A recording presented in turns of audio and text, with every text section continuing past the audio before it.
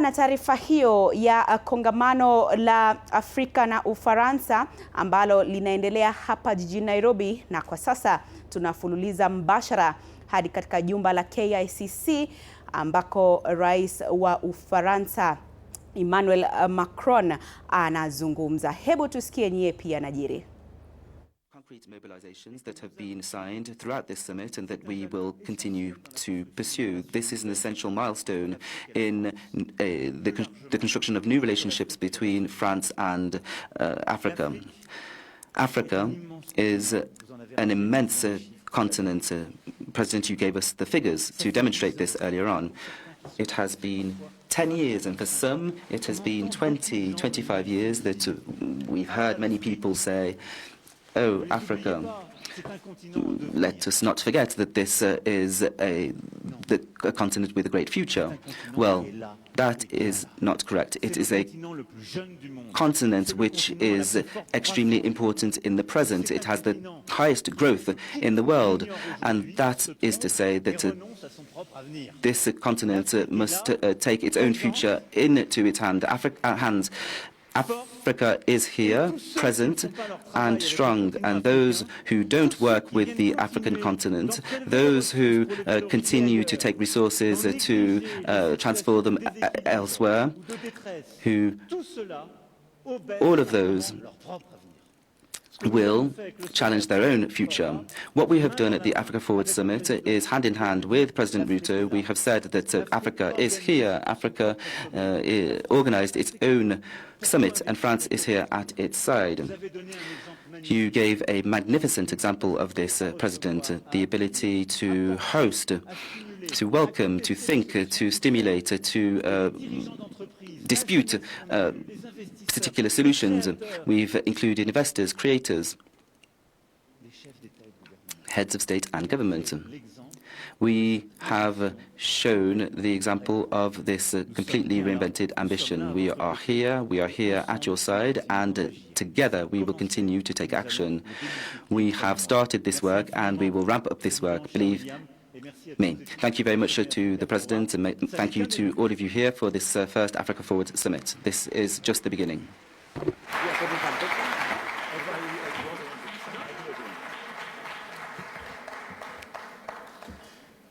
Yes, I'm informed that there is an examination to be done.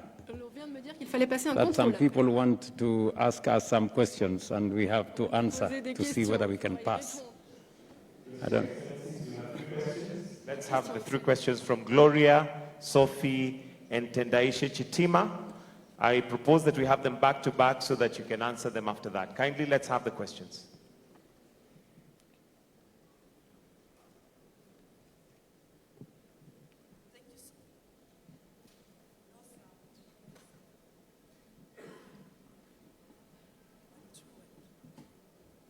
Get her a mic that works, or she can come nearer here or somewhere.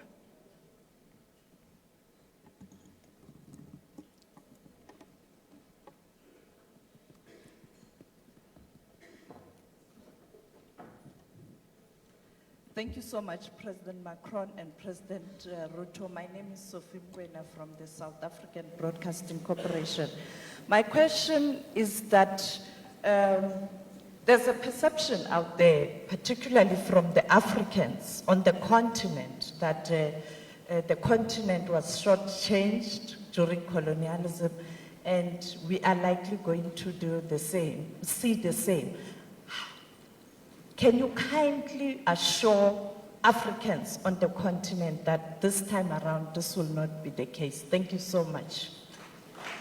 Thank you very much.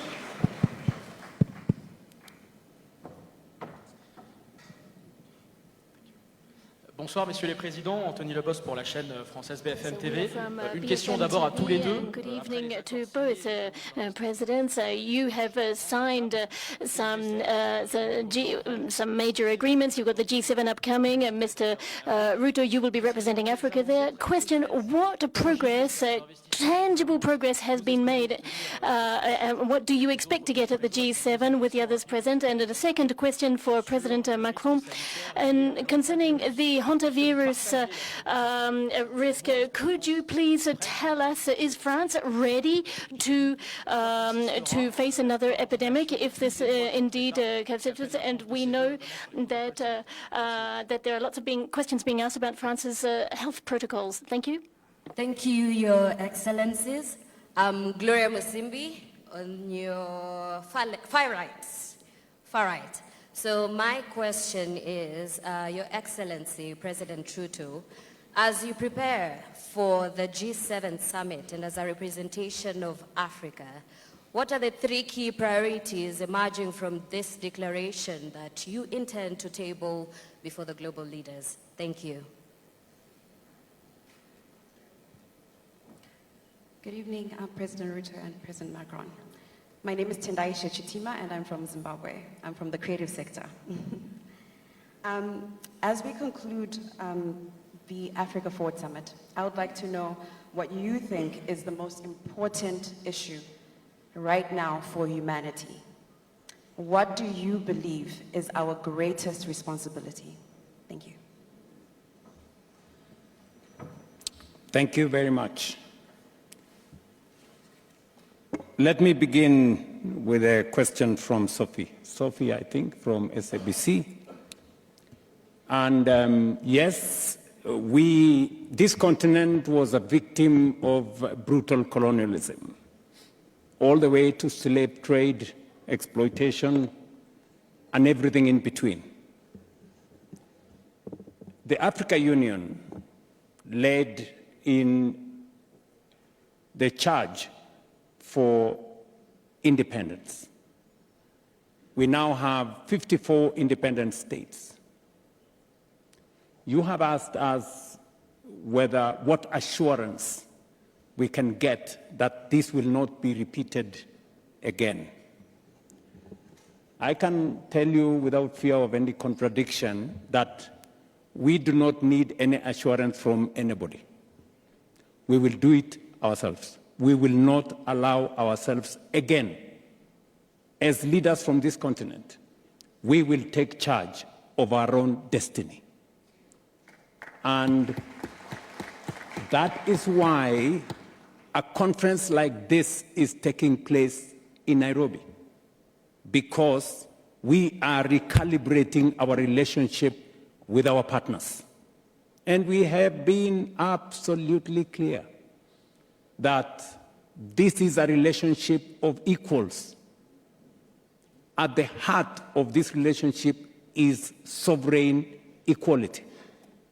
At the heart of this relationship is not extraction, is not exploitation. It is investment for mutual benefit. And we are not entitled. We are not asking, to be favored. No. We are asking that we know we have responsibilities. We also know that others have responsibilities. And the reason why we had a candid conversation this afternoon, even amongst ourselves as Africans, there are things we can do for ourselves. The challenge is when you go and seek for help for things you can do for yourself. We cannot continue that way. And we are saying we are up to the task. Let me give you an example. We had a candid conversation this afternoon that while we go and look for financing our projects using other people's money, we have money in Africa. We have $4 trillion of savings in our pension funds, in our insurance companies, in our reinsurance companies, and yet we are not using that money to fund our own development. The first thing we need to do, and we have agreed with Africa Development Bank, we have agreed with Afri-Exim, we have agreed with Trade Development Bank, Africa Finance Corporation, that before we go and look for money from other people, we must structure our own DFIs to unlock these $4 trillion of our own resources to finance our development. So we will not allow ourselves to be exploited again, because we know what we must do. And what we are saying is we don't want to also blame others for our own mistakes. President Kagame told us today that nobody owes us development. We owe it to our own selves. So we mustn't look for favors where we can do it ourselves. Secondly, Aliko Dangote told us today that our own private sector in this continent must first and foremost invest in our continent before we go looking for other investors from elsewhere. The question people ask, if our own private sector does not have the confidence to invest in our continent, why would private sector from elsewhere have the confidence? If we are not ready to mobilize our own resources here in Africa, resources that are available to us in pension funds, in insurance companies, why would anybody else use their savings to finance our own development? So first things first, we must take the lead as Africans, as policymakers, as private sector leaders in taking charge of our own development. Any other support we get from friends like Macron and other people will be secondary. To answer your question, we will not allow ourselves again to be slaves of anybody. We are going to take charge of our own future. Number two, somebody has asked tangible progress. What tangible progress have we achieved here? And how are we going to approach the G7? Let me say the following, that we have agreed on three fundamental things. We've agreed, number one, is we must develop an innovative mechanism of raising resources at scale, at speed, for our own development, and it starts with us. All we will be asking at the G7, in fact, we will not be asking for money from the G7. What are we asking from the G7? We are asking them to put in call-up capital. We are asking them to put in guarantee, not money. We will use our own institutions to mobilize resources to undertake our own infrastructure development. That's what we'll be going to the G7 to do. Simple. You know, in the past, we've been going to ask for aid and loans and things and more. We are saying there are things we can do by ourselves. Number two, we will be having a conversation as an outcome of this meeting on our human capital dividend. Our young people, the people of this continent, are the greatest asset that we have. They will form the workforce of the future, they will form the market of the future, and they will drive innovation, creativity, artificial intelligence, and technology. So we have one of the biggest assets. What we have agreed is, how do we make that, how do we build the capacity for that asset? Through education, through training, making sure they have access to the internet, making sure that they have access to technology. The rest, the young people of this continent can do it for us and for the globe. And finally, we have agreed on energy transition. That energy transition is not just going to be about energy. It's going to be both transition in development and transition in transformation itself. So energy being, because I have said in my closing statement, there is no region, no country that can industrialize in the dark. We need energy. So these are the three most important things that I see as a take-home from this conference. And I'm very, very proud of the outcome of this conference. And I want to thank my brother, Macron, for being here with us, using his network to work with us. And we came here as heads of state because we know that first and foremost, it is our responsibility as heads of state in this government to take charge of our own development. My good brother is here as a friend, and we can only leverage on his friendship to be able to get to others so that we can fashion one trajectory for development together. Mr. President. Merci, Président. Je crois que la première question vous était adressée, vous y avez répondu. I think the very first question was addressed to you and you've answered it. The second question was in fact two questions and they came to me. So to answer very concretely about the G7, first of all, I think it's really important to have a representative of the African continent there at the G7 when we're talking about international crises to solve, because Africa suffers from these crises as much as anyone else, and too often Africa is left out of these international discussions. Africa has been the most severely struck by the consequence of the war of aggression by Russia against Ukraine because of the cereal and fertilizer imports that have been affected. This caused enormous problems, as well as, and we saw this with the 2022 farm project, and now we're looking into other modalities. And what we see happening with the Strait of Hormuz right now, we see again the primary victims are here in Africa. We heard this from the captains of industry today. We heard it from other stakeholders. The price at the pump and the increase in the price of the barrel have major impacts. And in the terms of the food supply chain, it is, remember, a third of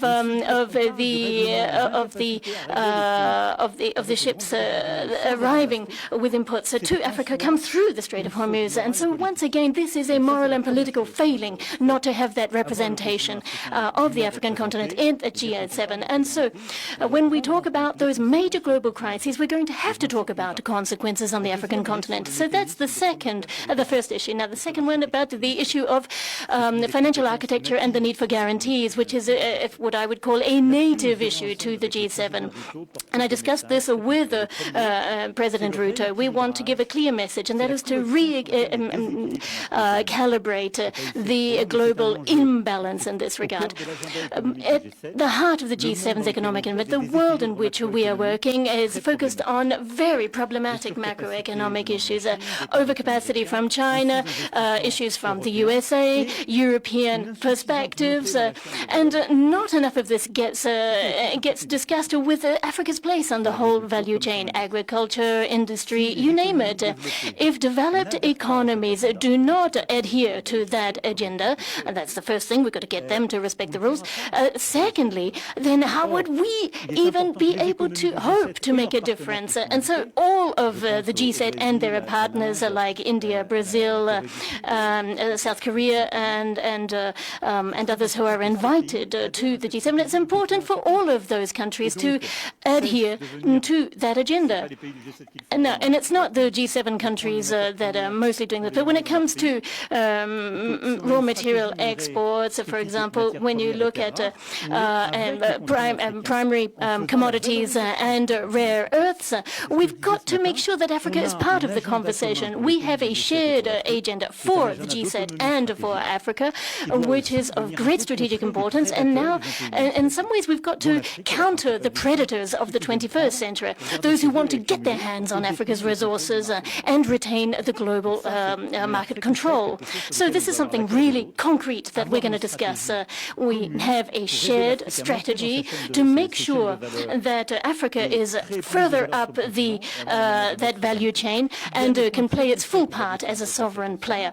And so that's why we're going to the G7 together, and also because we want to have maximum support among the G7 members for this mechanism for guaranteeing guarantees that we want to expand across the continent. There are some guarantees that already exist that would cover primary losses, and some member states based in the region are already part of that. We've got the African Development Bank, who comes off with one vehicle for everybody. It'll be a pan-African vehicle, which means that when capital is guaranteed, that means that our infrastructure investments via the African Development Bank will be guaranteed, and this will attract more private sector investment because those guarantees will be in place. This is something extremely concrete, very tangible, and it's something that we are very excited about. And the second question was the health risk associated with the hantavirus, and I was discussing this with the Prime Minister when the first cases appeared, and obviously we've seen an acceleration of events over the weekend, and the Prime Minister and the government have taken the right decision. The Minister of Health has said several times the best experts have been consulted, as we always do when it comes to making decisions like this. And France has a very rigorous case tracing protocol, and it takes into consideration all of the scientific data that we have concerning the incubation period and the initial stages of infection. And building on that, the government is setting up very rigorous health protocols, and countries like Spain and other countries who have had experience in this. Remember, this is a known virus, so it's different to what we've just been through a few years ago, but we've learned a lot from COVID-19 and that epidemic, and so the government is taking the right decisions. The situation is currently under control thanks to the work that's been done, and we thank those who've been so responsive on this. And now at the European level, I'm thinking that an EU-wide protocol might be, and then also the the World Health Organization is going to have to issue its own recommendations, but we're still working on the evolving situation. The very latest question, which, if I understood properly, was directly addressed to me and was in a certain way more political and personal. If you ask me, in my regard, what is the most important issue for humanity and my main responsibility, I would probably answer you, our children. Our children. And I think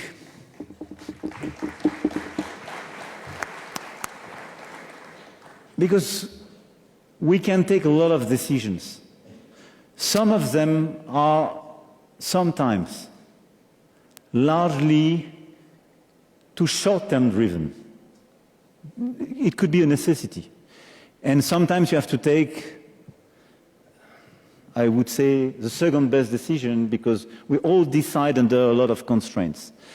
But the most important decisions we take in our capacities, and I think it's true for head of state governments and business leaders, entrepreneurs, artists, is when we try to take into consideration the long run. And I think a lot of decisions we took today are for the long run because they are very demanding and we are transforming a lot of things. But this is not a reason not to take them. And I think the main transformation are the one you decide when you are precisely inspired by the next generation and our children. And I think this is a question of fairness as well. Because the only one not to be present in this room are our children, or the children to be born. And this is why they are the ones to inspire us. And they are the ones that we have to take into consideration in our decisions because they are not yet around the table. And this is why when we speak about education and health, economic opportunities, Africa's opportunities, when we speak about peace, when we speak about as well how to protect children and teenagers against inappropriate content, especially in the digital environment, we are doing the most important things. So my main responsibility is to do my best for our children.